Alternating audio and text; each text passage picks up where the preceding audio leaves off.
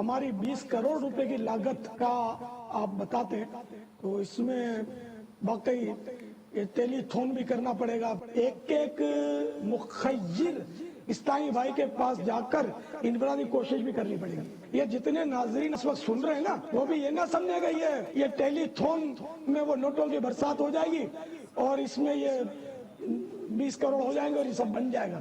جب عالمی مدنی مرکز فیضان مدینہ کی تعمیر کرنی تھی نا تو ترغیب دی تھی جیب خالی کر, تو جوش میں آ کر اس طرح جیبیں خالی کی تھی اسلامی بھائیوں نے کہ ایسے بھی ملے کہ جن کے واپسی کا کرایہ تک بھی شاید نہیں رکھا اپنے پاس. اسلامی بہنوں نے سونے بھجوائے, کسی نے گھڑیاں, کسی نے انگوٹھیاں, جو سمجھ میں آتا تھا وہ ڈال دیا تھا. اتنی رقم اکٹھی میں نے زندگی میں کبھی دیکھی نہیں تھی.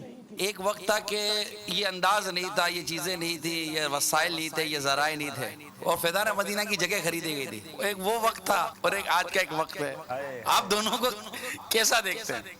جب عالمی مدنی مرکز فیضان مدینہ کے لیے جگہ کا سودا ہوا 2.25 کروڑ میں, کسی دنیا کے بہت بڑے پہاڑ سے کم نہیں تھے.